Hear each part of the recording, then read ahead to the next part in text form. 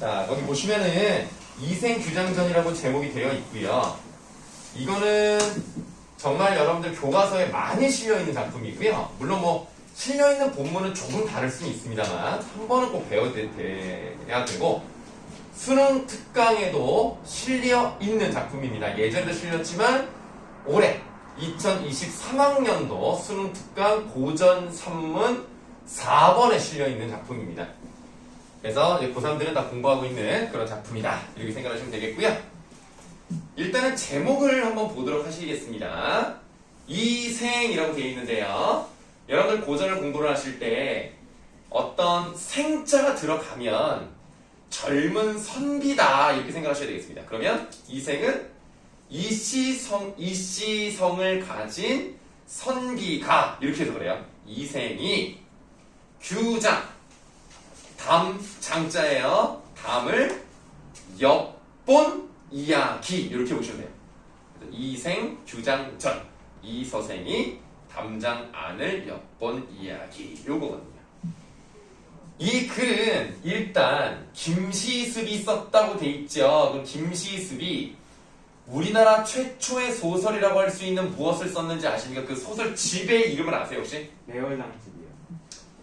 소설집이 금오신화입니다.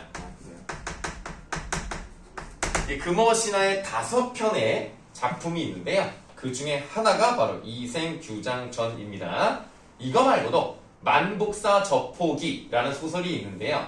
이 소설 2가지의 공통점은 일단 죽은 사람이 나온다는 거.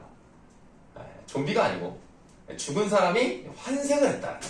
또는 귀신이 살아있는 사람과 연애를 한다든가 뭐 이런 내용이 나와요. 그래서 이 이생규장전은 최초의 소설이니까 그때 한글이 없었던 것은 아니지만 한문으로 쓰여진 소설이고요. 그리고 방금 말씀을 드렸듯이 전기 소설입니다. 여기서는 죽은 사람이 다시 환신, 그러니까 귀신의 형태로 다시 나타나서 살아있는 사람과 계속 사랑을 나누는 그런 내용이에요. 그래서 비현실적인 요소가 많이 들어있기 때문에 전기, 기해서 전할 만하다 이런 뜻입니다. 우리가 뭐 중학교 때 전기성이라는 말을 많이 들어봤을 텐데 보통 비현실성과 같이 사용이 되기 때문에 저 단어의 뜻을 얘기해주지 않았을 수 있어요. 전기라는 것은 기해서 전할 만하다. 그런 성질이 있다. 라고 보시면 되겠습니다. 그리고 이제 고전소설의 일반적 특징은 전지적 작가 시점이라는 거죠. 뭐 요거는 뭐.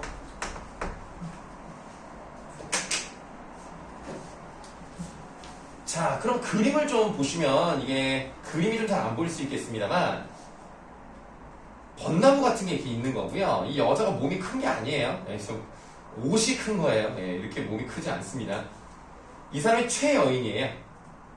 명문가 교수입니다. 자수와 시에 능해요. 훌륭하고요. 이 서생이 저기 담 뒤쪽에 있죠.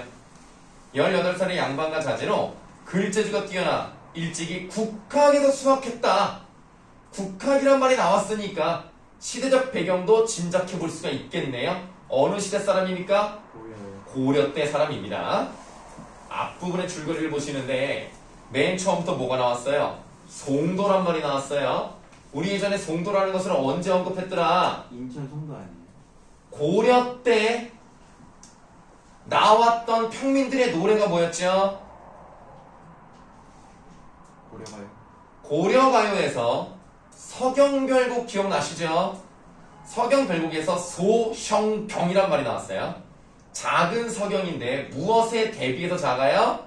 송도에 대비해서 작다라고 말씀드린 적이 있습니다. 그래서 이 송도는 지금의 개성이죠. 고려의 수도였고요. 송도에 국학에 다니는 이 서생은 공부하러 가던 도중 우연히 담 너머를 엿보다가 시를 읊는 최연희를 보게 됩니다. 요즘은 이렇게 담 너머를 엿보다가는 이제 철컹철컹 될 수 있지만 이때는 뭐 그런 개념은 아니었으니까 왜 보면 철컹철컹? 넘어가도록 하겠습니다. 자, 최여인의 아름다움에 매혹된 이 서생은 그녀에게 시를 써서 담 너머로 보내고 이후 최여인으로부터 만나고 싶다는 편지를 받아요. 그리고 두 사람은 시를 주고받으며 깊은 사랑에 빠집니다. 하지만 이것 봐, 이게 그냥 잘 되면 얘기가 재미가 없어. 막장이네. 아들의 행동을 수상히 여겨요. 왜냐면 밤늦게 나갔다가 막 새벽에 들어오고 막 이러니까 의심스럽잖아. 이 서생의 여기가 좀 중요한 거예요. 이 서생의 앞에다가 각진가로 여시고요. 이 서생의 아버지는 이 서생을 지방으로 내려 보내고요.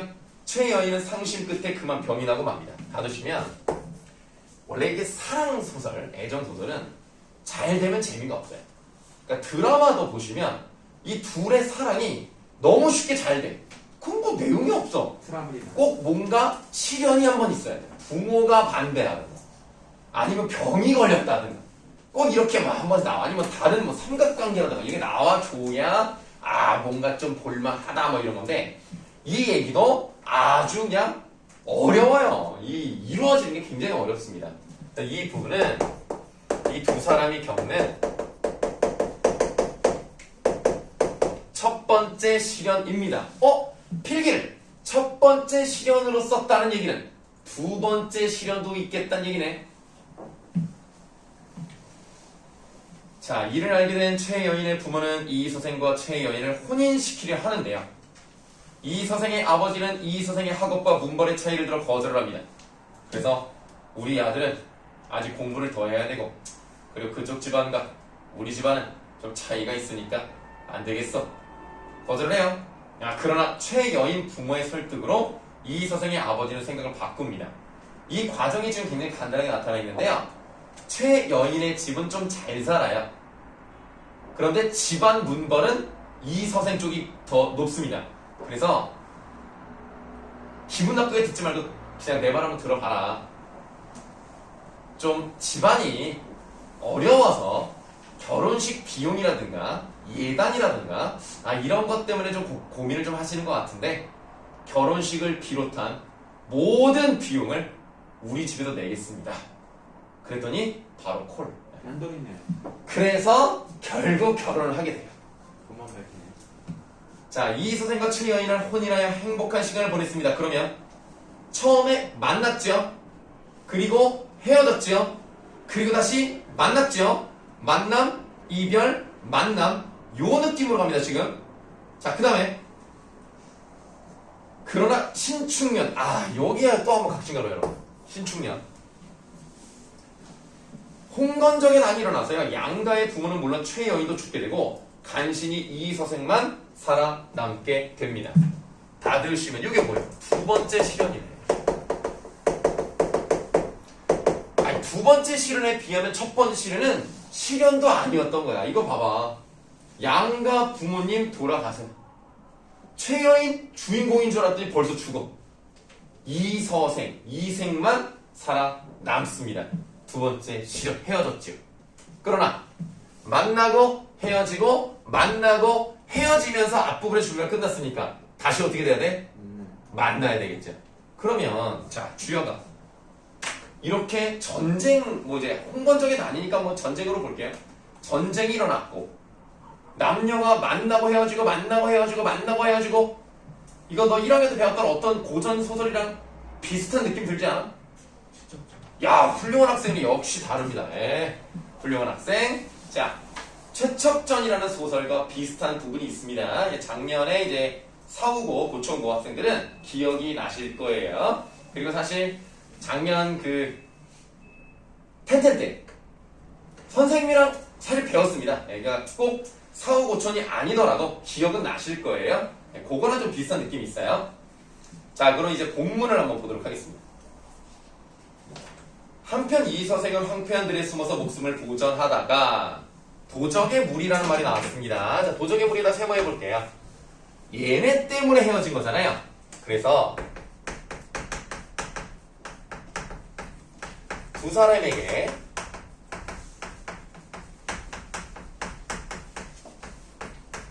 시련을 주는 요인으로 나타나죠.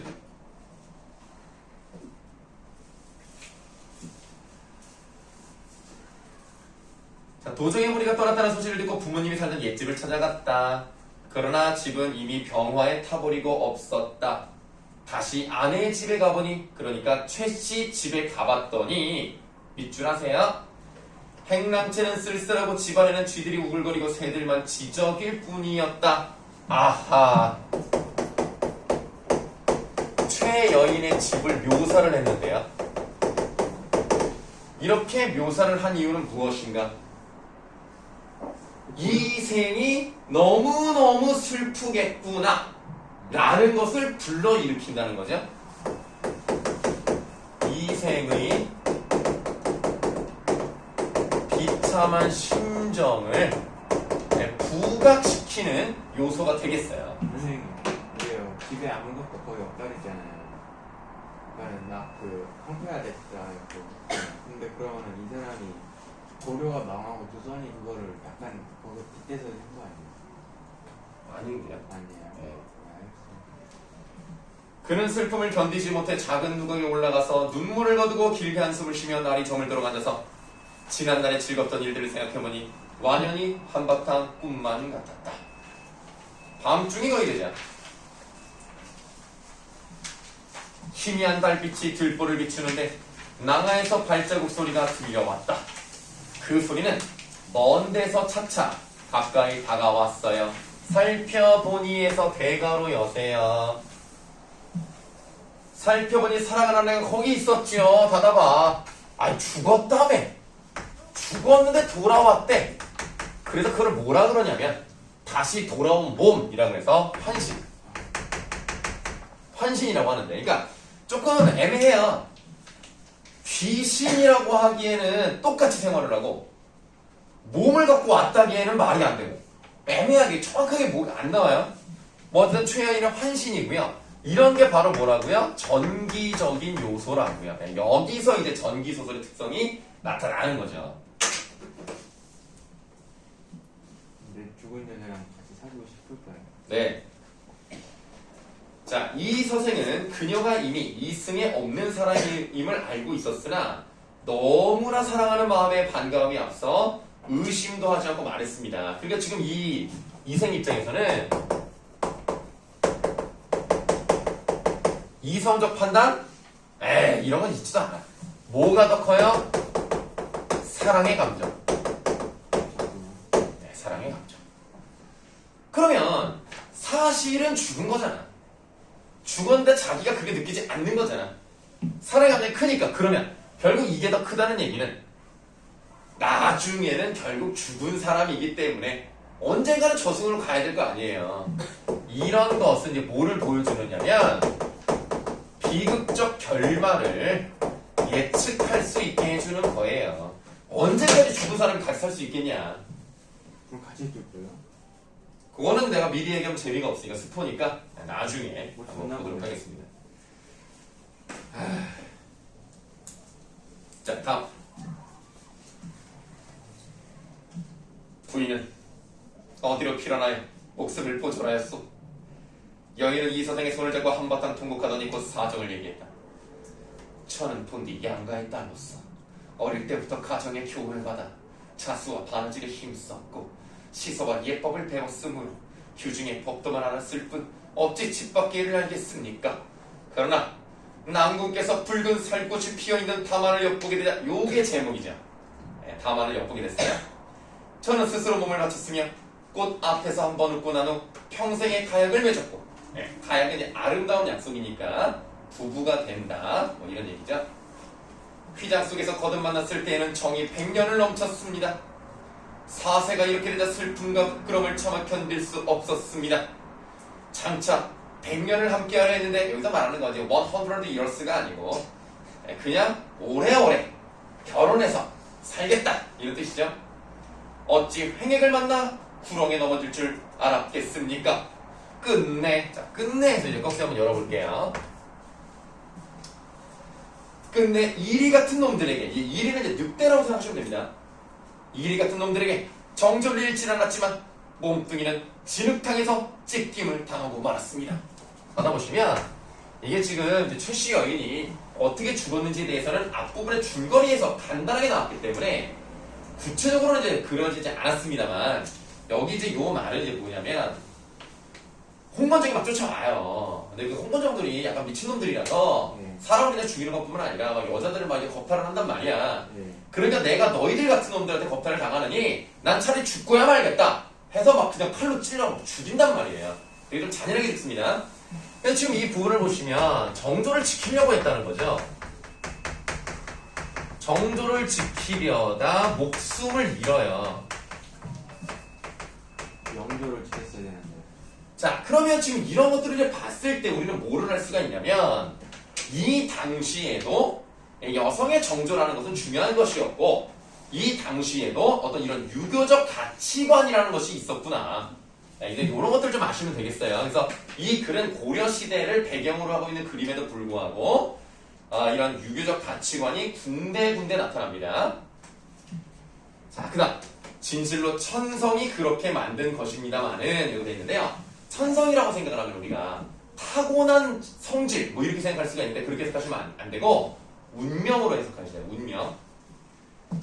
진실로 운명이 그렇게 만든 것입니다만 인정으로는 차마 할 수 없는 일이었습니다. 그렇죠. 어떻게 사람이 그렇게 죽임을 당하고 싶겠냐. 저는 난군과 궁벽한 산골에서 헤어진 후로 짝 잃은 새가 되고 말았던 것입니다. 뭐 느낌 오죠? 짝 잃은 새가 외로워졌어. 이제 홀로 남았어. 집도 없어지고 부모님도 잃었으니 피곤한 혼백에 의지할 곳 없음이 한스러웠습니다. 의리는 준원, 목숨은 가벼움으로 세자는 몸뚱이로서 치욕을 명하는 것만은 다행이었습니다만, 그렇죠? 어쨌든 내가 정조를 지켰으니까 다행이었죠. 그러나 누가 산산조각이 난 제 마음을 불쌍히 여겨주겠습니까? 다만 갈기갈기 찢어진 썩은 창자에만 맺혀있을 뿐입니다. 한이 맺혀있는가? 불쌍히 죽었잖아. 해골은 들판에 젖어졌고 몸뚱이는 땅에 버려지고 말았으니 생각하면 그 다음 밑줄 한번 해볼게요. 그 옛날의 즐거움은 오늘의 이 비운을 위해 마련된 것이 아니었던가 싶습니다.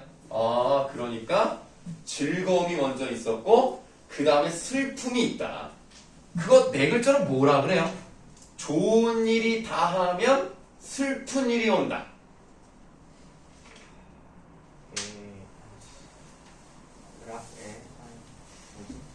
그럼 좀 더 구체적으로. 고진감래는 오히려 반대죠.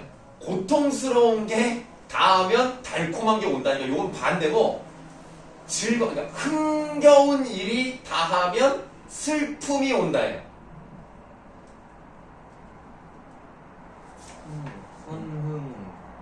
그러니까 여러분들이 내가 이걸 얘기하는 게 모르실 것 같아서 물어보긴 했어요. 근데 진짜 모르는구나.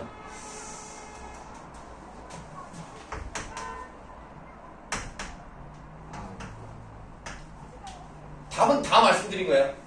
힌트는 다 드렸습니다.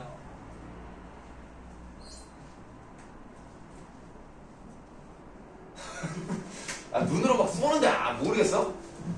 흥겨움이 다하면 슬픈 일이 온다. 흥진비례. 요거 알아두세요.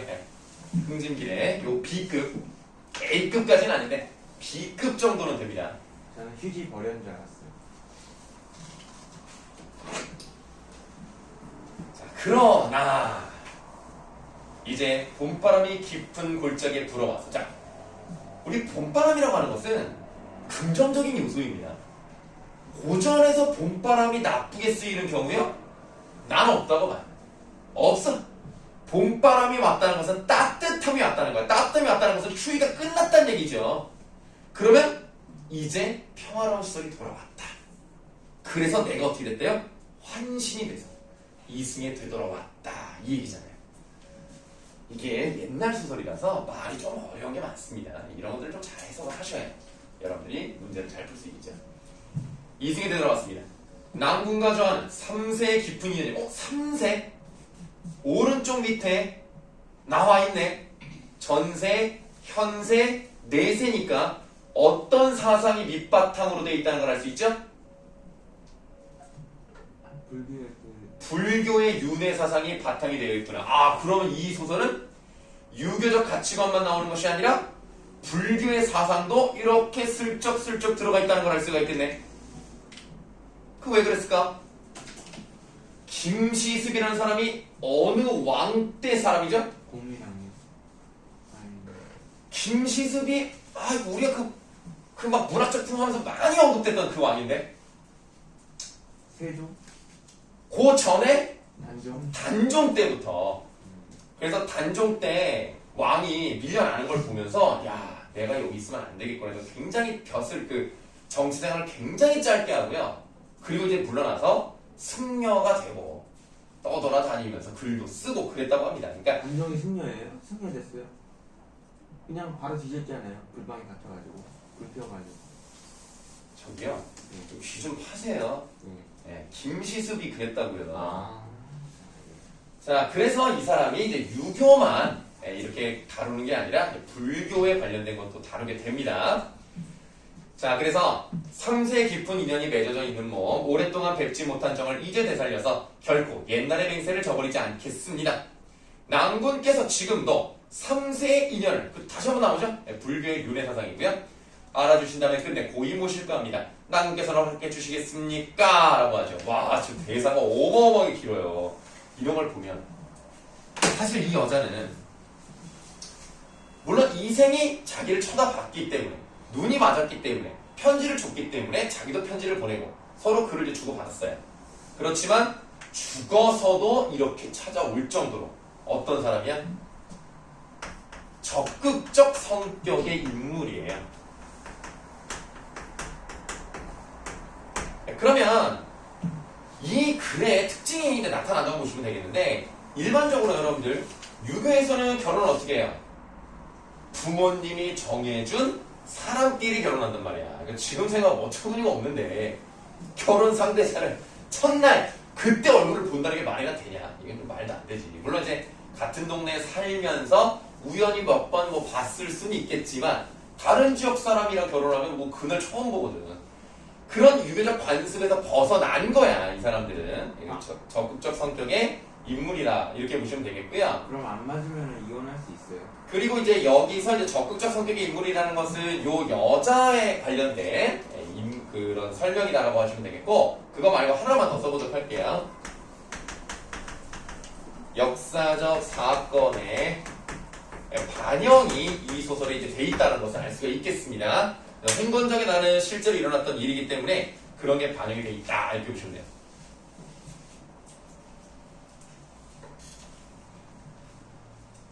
그랬더니 이 서생이 좋은 거야. 다음 주.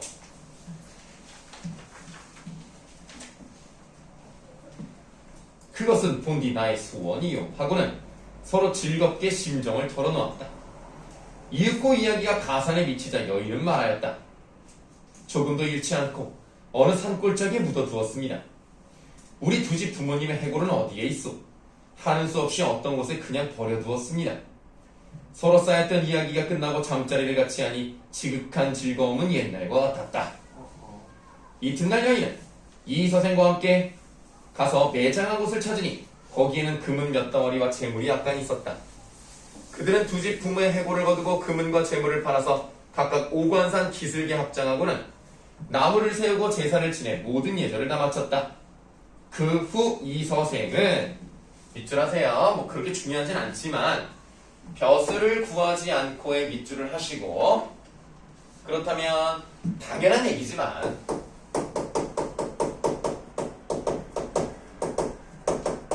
북이 공명보다는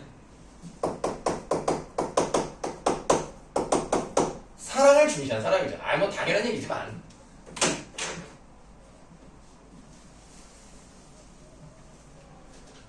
아내와 함께 살게 되니 피란 같던 노복들도 찾아왔다. 이 서생은 이로부터 인간의 모든 일을 완전히 잊고서 친척과 손님의 기륭사에도 문을 닫고 나가지 않았대요.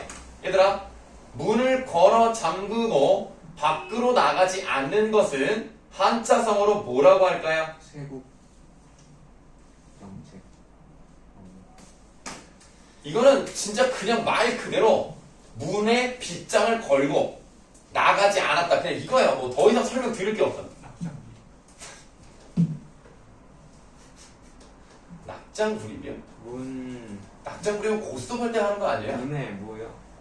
문에 빗장을 걸어 잠그고 예. 나가지 않았다. 문장 불출? 일단 불출 들어가요. 천재 같은데. 요 앞에 두 글자를 맞추면 됩니다. 문을 걸어 잠갔다니까. 걸어 잠갔다. 아니 문이 하나 들어가야 될 거 아니에요. 문. 두문불출. 두문불출입니다. 두문불출입니다. 요런 것들은 B+급. 좀 알아두시면 좋아요.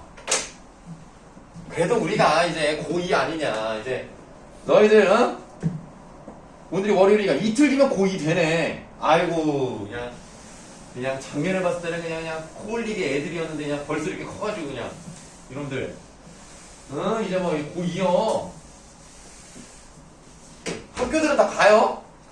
네. 다 갑니까? 원격 안 하고? 올해요.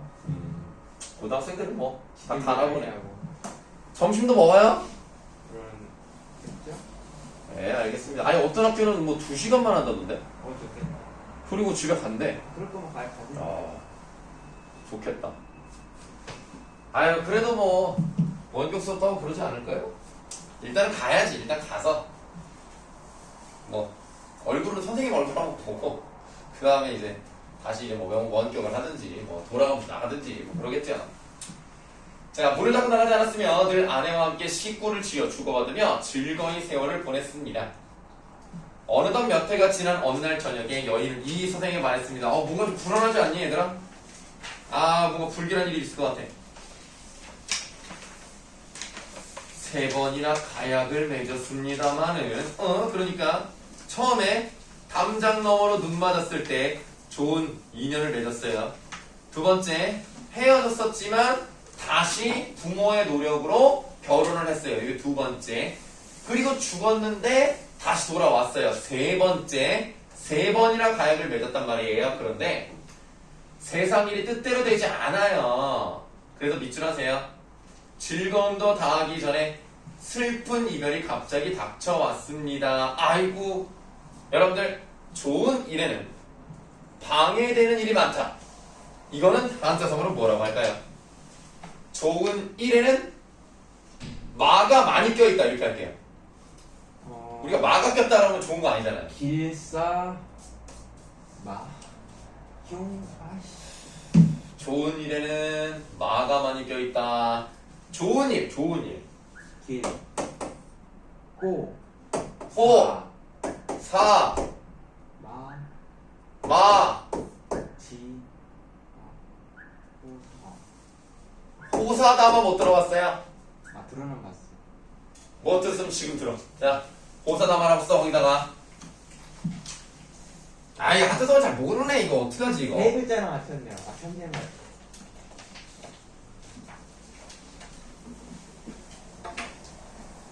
학원은 마침내 목매어 울었다. 이 서생은 깜짝 놀라면서 물었다.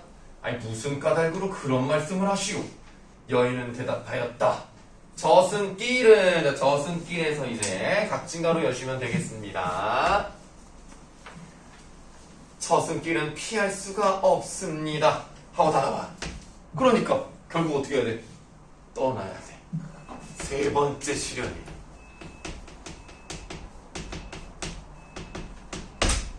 만나고 헤어지고 만나고 헤어지는 것까지 왔어요 지금.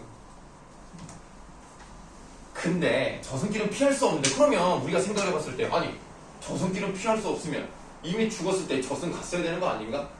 왜 돌아왔지? 뇌물을 중간에. 그럼 돌아온 이유가 있을 거 아닙니까? 그 이유를 얘기를 해줘야 물론 뭐 이생도 이해를 하겠지만 더 중요한 건 독자들이 이해할 수 있잖아요. 그래서 돌아올 수 있었구나 이런 생각이 들 거야. 저승사자한테 뇌물을. 하나님께서 저와에서 이제 꺽쇠를 열도록 하고요. 저와 낭군의 연분이 끊어지지 않았고 또 전생에 아무런 죄악이 없었대요. 닫아봐. 그러니까 이 2가지 이유로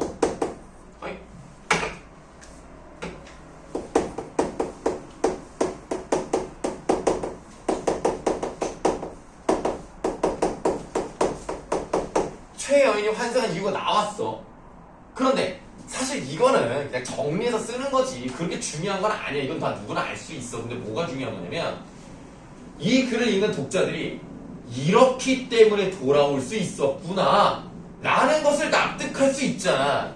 그러니까 사건 전개에 있어서 그럴듯한 느낌을 줘야 된다는 거죠. 물론 고전소설이라는 것은 현대소설과 다르게 필연성보다는 우연성이 더 많긴 하죠. 그럼에도 불구하고 뭔가 좀 장치를 딱딱딱 마련해두면 그럴듯한데? 이런 느낌을 줄 거 아닙니까? 그럴듯한 느낌을 주는 거 무엇을 부여한다고 하죠? 개연성. 개연성을 부여한다. 와 천재인 것 같아. 힘이 넘치는구만. 아직 늙지 않았어. 네? 아직 앞자리가 20. 자, 낚시다니 지금. 아이고 뭐 여러분 뭐 선생님 보시면 그냥 뭐 어떤 느낌인지 뭐 있을 거예요. 뭐 그냥 선생님은 뭐 50개 나는 좀 거. 약간 이런 느낌이다. 뭐 몇 살이다. 느낌이 있을 거 아니고 그냥 그 느낌 그대로 간접하시면 들면 그럼 되는 거예요. 뭐 뭐랄까 시 하나. 우리 이제 여러분들 뭐 이제 우리 학원에서 국영수를 만약에 다 들으셨다면 그래도 이제 여러 선생님들이 봤을 거 아닙니까? 네, 뭐 그 선생님들 중에서 뭐 거의 뭐 이제 뭐 절개 좀 어리다 뭐 이렇게 표현해야 될까요? 네, 뭐 그런 느낌이다. 네, 그렇습니다. 예, 그렇습니다. 여기 학원 선생님들 다 60대세요. 뛰어내릴 수 없냐? 문이 창문이 열려? 문이 안 열려? 자, 다음 가겠습니다. 네, 사건 정의의 개연성을 부여한다. 여기 좀 중요한 거고요. 이 몸을 환생시켜 잠시 낭군을 베어 씨름을 풀게 했던 것입니다. 그러나 밑줄하세요. 오랫동안 인간 세상에 머물러 있으면서 산 사람을 유혹할 수는 없습니다.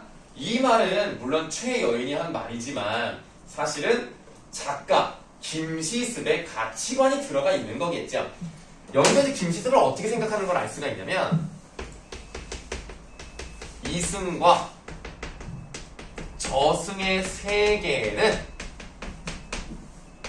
경계가 뚜렷하다. 이런 생각을 가지고 있는 거죠. 삶과 죽음의 길은 이 시합에 머뭇거리고 삶과 죽음의 길은 갈라져. 결국 죽은 사람은 죽은 대로 가야 돼. 하더니 12에게 명하여 술을 올리게 하고 옥루충곡 그냥 노래 이름이에요. 음악에 맞춰서 노래를 지어 부르면서 이 선생이 술을 보냈다. 그리고 중요하게 나온 겁니다. 자, 고전 소설이죠. 고전 소설이 다 그러진 않습니다만 보통은 이렇게 노래가 들어가요. 노래가 많이 들어가면은 이게 무슨 역할을 하지 않은 게 좋지 않을까? 그럼 이런 것들이 문제가 좀 나올 수 있겠지. 수능 특강을 보시든 모의고사를 보시든 내신에 나오든 이 시, 노래는 꼭 아셔야 돼요. 왜 이런 게 들어가는가. 자, 노래 한번 보도록 하겠습니다. 내용을 먼저 보도록 하는데 도적대 밀려와서 그렇잖아. 홍건적에 난이 일어났네. 처참한 싸움터에 뭘 죽음 당하니 원앙도 짝 잃었네. 요거는 느낌 오실 거예요. 원앙에다 내모하세요. 우리가 일반적으로 원앙이다. 그럼 무엇을 상징한다? 사랑. 부부를 상징한다. 꼭 부부가 아니라도 사랑하는 사람 간의 관계 이런 걸 의미한단 말이에요. 그래서 원래 원앙은 그렇지 않죠. 원래 그 수컷 원앙은 바람둥이라서 이 암컷 계속 돌아다니면서 만난다고 해요. 다만 우리가 그냥 한번 봤을 때 두 마리가 같이 다니니까 부부가 사이가 좋아 보이네 라고 하는 건데 요놈 돌아가면서 다니는 거라서 사실은 바람둥이라고 합니다만 이 원앙이라는 것은 이 선생과 최여인을 의미하겠어. 근데 그 원앙이 어떻게 됐대요? 짝을 잃었대요. 이건 자기 얘기네 결국. 홍건적의 난때 결국 이렇게 죽었다. 뭐 이런 얘기 아니겠습니까? 여기저기 흩어진 애걸 그 누가 묻어주리. 피투성이 그 유언은 하소연도 할 것 없네. 슬프다 이 내 몸은 무산선녀 될 수 없고 이런 것들은 여러분들이 외우고 있을 필요는 없습니다. 근데 왜 갑자기 무산선녀가 될 수 없다는 말이 나왔을까? 그냥 말씀만 드릴게요. 옛날에 여러분들 그 중국에 춘추 전국시대가 있었다는 건 아시죠? 그때 뭐 왕들이 뭐 많았을 거 아닙니까? 회왕이라는 사람이 있었어요.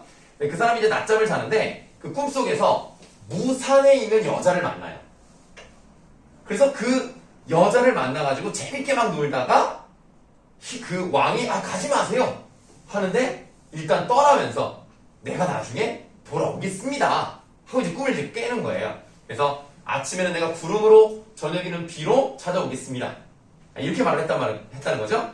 그러니까 무산선녀가 될 수 없다는 건 뭐예요? 이제 다시는 돌아올 수가 없다. 왕인데 오줌 네. 치셨으면 그 갔어요. 얘기죠. 그 다음에 여러분 깨진 거울이 갈라지니라고 되어 있습니다. 깨진 거울을 두 글자로 뭐라 그래요? 파경이라고 하죠. 우리가 일반적으로 파경을 맞았다 하면 어떤 일이 일어난 거야? 파경을 맞았다. 아니 그러니까 구체적으로 딱 이거야. 결혼 생활이 깨진 거예요. 이혼을 했다는 얘기예요. 이혼을 했다는 얘기인데 지금 여기서는 파경이 또 한 번 갈라졌죠. 만나고 헤어지고 만나고 헤어지고 만나고 헤어지고 깨지고 또 깨졌지. 그 얘기야. 마음만 쓰라리네. 1호부터 작별하면 둘이 모두 아득하네. 저승과 이승 사이 소식조차 막히리라. 아유 그럼 더 이상 이제 인연을 맺을 수가 없는 거야. 거의 뭐 끝난 거지. 뭐 이 저승으로 가는 거 어떡할 거야. 근데 지금 선생님이 이렇게 설명을 하면서 여러분들이 좀 집중을 하셨다는 게 발음이 안 되죠? 집중을 하셨어야 되는 게 뭐냐면 자, 이 사람들이 어떤 처지에 있는지가 요약적으로 나온 거예요. 홍건적의 남, 헤어짐, 해골 나왔으니까 죽었어? 그러니까 난 돌아올 수 없어? 우리 또 헤어져야 돼. 지금까지 있었던 일을 얘기를 하면서 앞으로 어떻게 될지를 얘기를 하면서 자신의 정서를 얘기하면서 그런 것들이 다 압축적으로 들어간 거예요. 그래서 우리가 이 부분에 좀 쓸 게 많습니다. 좀 여백을 잘 찾으셔서 뭐 몇 글자 좀 쓰기 많으니까 자, 이 노래의 기능을 한번 써볼 거예요.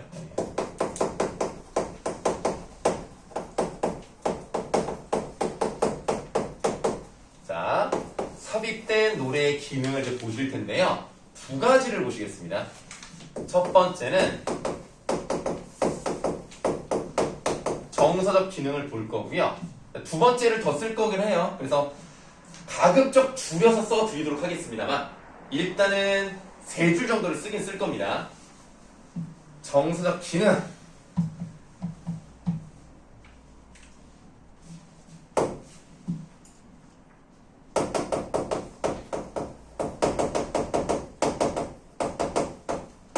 자, 등장인물의 심리와 상황에 이렇게 쓰면 안 되죠. 상황에 대한 여운을 줍니다. 그 다음에 함축적 표현을 했죠. 함축적 표현을 해서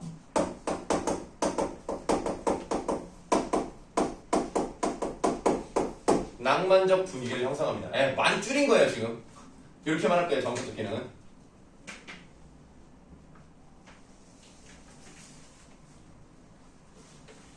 두 번째는 서사적 기능인데요. 선생님은 정서적 기능보다 서사적 기능이 더 중요하다라고 생각합니다.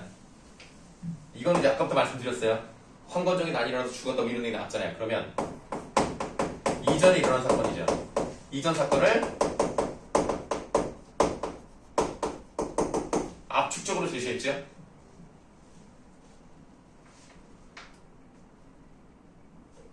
그리고 헤어지면 소식조차 막힐 거래요.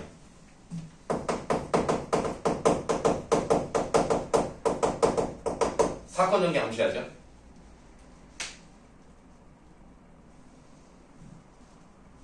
그리고 하나 더. 요게 진짜 중요합니다. 많이 나오는 건데요. 지금 보시면 이거는 소설이기 때문에 서사적 전개가 이루어지고 있잖아요. 그런데 서사적 전개가 일어나는 속에서 노래든 시든 뭐예요? 운율을 형성할 수 있는 또는 서정적 분위기를 일으킬 수 있는 거잖아요. 그래서 간단하게 씁시다. 자, 단조로움을 탈피할 수 있다는 점, 요게 좀 중요합니다.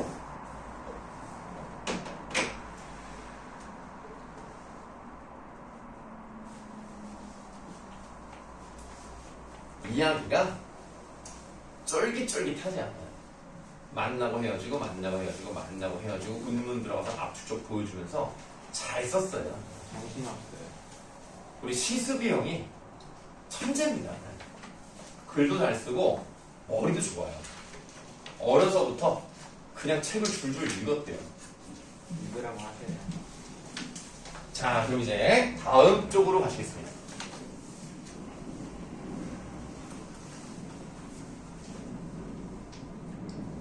노래를 한 곡 부를 때마다 눈물에 목이며 거의 곡조를 이루지 못했다. 이 서생도 또한 슬픔을 걷잡지 못했다. 나도 차라리 부인과 함께 황천으로 갔으면 하오. 어찌 무료의 홀로 여생을 보내겠어. 지난번에 난리를 겪고 난 후에 보다 밑줄여 볼까요? 친척과 노복들이 각각 서로 흩어지고라고 돼 있어. 그러니까 집안이 어떻게 됐다는 거야. 흥미가 없다는. 자, 여러분들 요거 잘 쓰셔야 돼요. 바람, 풍, 난리, 비, 날다 비 있죠? 바람에 불려서 다 날아가 버렸어요. 박산, 아주 옅게, 아주 그냥 이렇게 가늘게라고 해야 되나? 아주 옅게 흩어져 버렸어. 이게 풍비박산이야.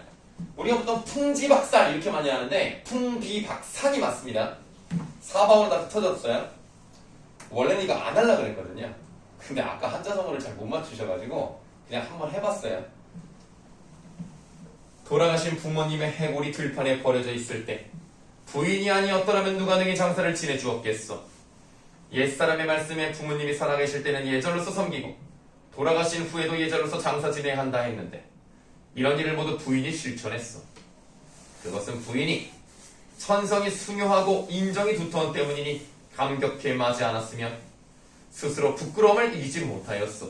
자책감이 있는 거예요. 왜냐면 홍반적인 일이 일어났을 때 자기가 일부러 가족만 냅두고 도망갔다 요런 건 아니지만 의도하지 않게 이게 뿔뿔이 흩어지다가 보니까 자기만 살아나고 다 죽은 거예요. 부모님도 돌아가셨어요? 다 죽었어요. 그래서 자책감이 너무나 심하겠죠. 근데 너무 부끄럽다. 자기 혼자 살아남은 거잖아. 지켜주지 못하고.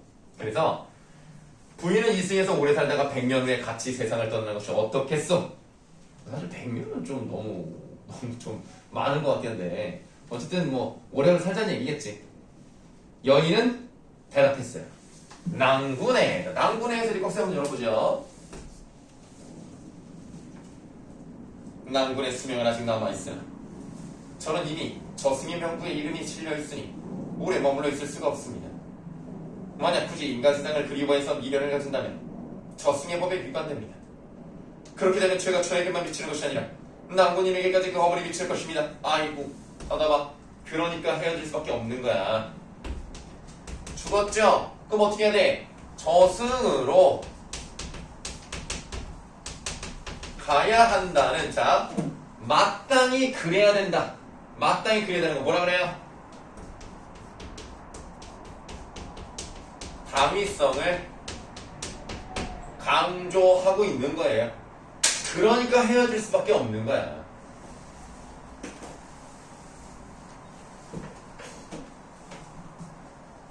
다만 저의 유골이 아직 그곳에 흩어져 있으니 만약 은혜를 베풀어 주시겠다면 유골을 거두어 비바람을 맞지 않게 해주십시오. 두 사람은 서로 바라보며 눈물을 흘렸다. 잠시 후에 여인은 말했다. 낭군님, 부디 안녕히 계십시오. 말을 마치자 점점 사라져요. 아, 이거는 사라졌네. 마침내 종종을 감췄어. 이 서생은 아내가 말한 대로 그녀의 해골을 거두어 부모의 무덤 곁에 장사를 지내주었다. 그 후 이 서생은 아내를 지극히 생각한 나머지 병이라서 두 서너 달 만에 그도 세상을 떠났어. 아, 일반적인 고전소설의 특징이 없죠. 일반적으로 고전소설은 어떻습니까? 해피엔딩, 행복한 결말인데 이거는 아니 그냥 너무 좀 다 죽어. 부모님도 돌아가셔. 아니, 여인은 뭐 돌아왔지만 다시 못 떠나. 주인공 이생 죽어. 아니, 다 죽어. 안 떠나는 게 맞지 않아요? 네, 그래서 어차피 고전 소설의 일반적 특성과 다르다는 점, 비극적 결말을 가지고 있다는 점, 네, 요런 게 좀 특징이라고 보시면 되겠고요. 그 마지막에 네 줄이 남아있네. 네 줄도 좀 독특하단 말이야. 이 사실을 꺾어요.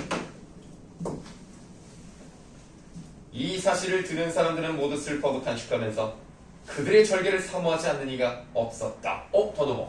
아니 그럼 마치 어떤 느낌이야? 예로부터 이런 이야기가 있었는데 흘러와서 그 어떤 사람들이 그 얘기를 듣고 나서 이렇게 평가를 했다더라. 뭐 이런 느낌으로 간단 말이야. 근데 사실 설화가 아니거든요. 그냥 지은 이야기예요. 근데 마치 설화인 것처럼 이야기를 한단 말이야. 그래서 이야기 밖에 또 다른 이야기를 전달하는 방식으로 가네요. 그래서 결국 이 이야기에서 사람들이 절개를 사모하지 않았다는 얘기는 이 두 사람이 서로만 향한 이런 사랑, 독점적 애정이라고도 표현하는데요. 그런 독점적 애정에 대해서 강조하려고, 다시 말하면 주제의식을 강조하기 위한 하나의 장치였다. 이렇게 보시면 되죠. 그러니까 만약에 아까 세상을 떠났다 하고 끝나면 뭐 그랬나? 이렇게 되는데 마지막에 딱 네 줄이 들어가면서 참 훌륭한 사람들이었구나. 이렇게 한 번 더 생각할 수 있잖아요. 약간 좀 유치한 방법이긴 하지만 주제를 제대로 전달할 수 있는 방법이기도 하죠. 그러면 왜 이렇게 부정적으로 결말을 맺었느냐? 왜? 작가가 세상을 부정적으로 봤기 때문입니다. 그래서 그냥 어차피 뭐 단종은 밀려났고 죽임을 당하고 이런 세상 살아서 보면 세상은 썩었어. 그러니까 쓰는 글에도 아무래도 그런 것들이 좀 들어가기 마련이다. 뭐 이제 사육신도 죽었잖아요. 6명의 신하들 죽고 그러니까 그런 것들에 대해서 이건 뭐 세상은 좀 썩었다. 이런 마음으로 좀 이제 부정적인 마음으로 썼다. 이렇게 보시면 되겠습니다. 근데 이제 요거를요, 그렇게 보기도 해요. 여기에 나와 있는 그 최 씨를 단종으로 해석하는 사람도 있습니다. 그래서 억울한 죽음을 당하고 돌아오고 싶었는데 결국에는 왕위의 복위도 안 되고 떠나버렸다. 뭐 이렇게 해석하는 경우도 있어요. 실제로 순우특강에는 그런 관점도 문제로 냈어요. 좀 독특한 그런 방식이기도 합니다. 그럼 이 낭군이 자기 그 김시습이에요. 그렇게 해석한대. 뭐라는 거야? 단정이 치시면 그 이 씨가 김시습인데. 아니 김시습은 아니고요. 이 씨는 뭐예요? 아니 그런 얘기는 없어요. 그래요. 자, 이렇게 해서 이생규장전을 이제 다 봤습니다. 뭐 쉬었다가 이어서 하도록 하죠.